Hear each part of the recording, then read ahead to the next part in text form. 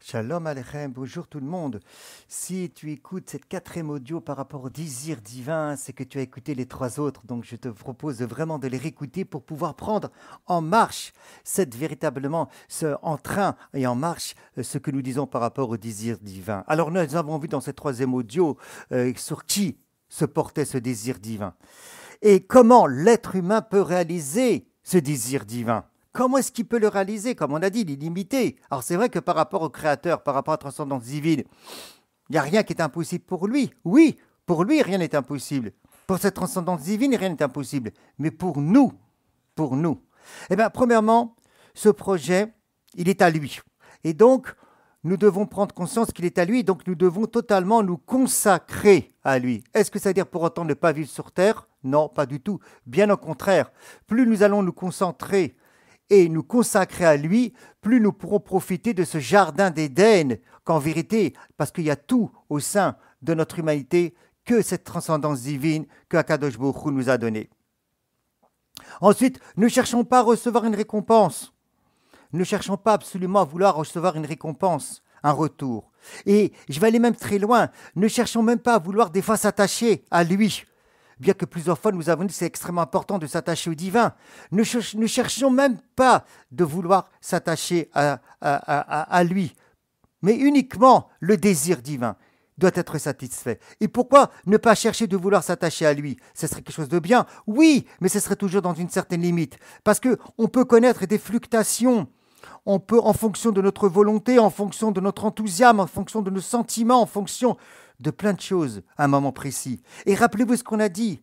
Pour véritablement vivre le désir divin ici-bas, son désir divin, pour pouvoir le manifester ici-bas, ça doit être au-delà de toute fluctuation, de tout changement. Donc, de tout intérêt personnel, même celui de vouloir, et qui est louable, de vouloir m'attacher à lui. De toute façon, à partir du moment où je réalise ce désir divin que pour lui, automatiquement, je suis en train de me relier à lui. Et donc de m'abandonner totalement à ce désir divin. L'objectif, ma perception, ce que je dois me concentrer, ce n'est que sur ce désir divin. Est-ce que je vais m'annihiler pour autant? Je vais me fondre, entre guillemets, tout en existant, parce que plus je m'effondre en lui, et c'est comme ça que j'existe. Parce que sinon, il y a mon ego qui va apparaître, bien évidemment, et on le sait tous, bien évidemment. Ou bien, je m'abandonne totalement à cette transcendance divine, qu'on peut utiliser un autre terme, qui fait peur. Il ne faut pas l'utiliser, ça fait peur. Mais j'utilise, comme ça on va le démystifier. Ou bien je me soumets à cette transcendance divine, donc je m'abandonne à cette transcendance divine. Ou bien je vais m'abandonner, je vais me soumettre à mon ego, à mes caractères, à mes tendances, à l'esprit du monde, à Internet, à tout ce qu'on veut nous véhiculer.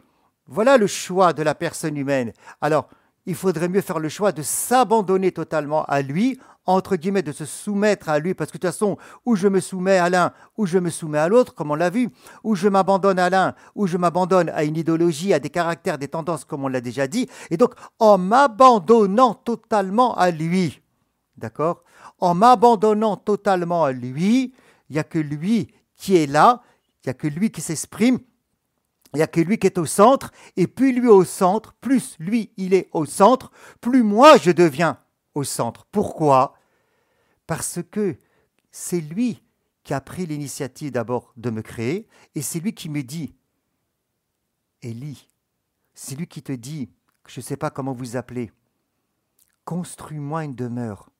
Donc plus tu le mets au centre, plus il va te mettre au centre. C'est fort. Donc plus tu mets au centre le divin, plus tu mets au centre la transcendance divine, plus tu mets au centre Akadosh Baruch Hu, ce qu'on dit en hébreu, on le prononce comme ça en hébreu, Akadosh Baruch Hu, plus toi tu seras au centre, plus lui va te mettre au centre.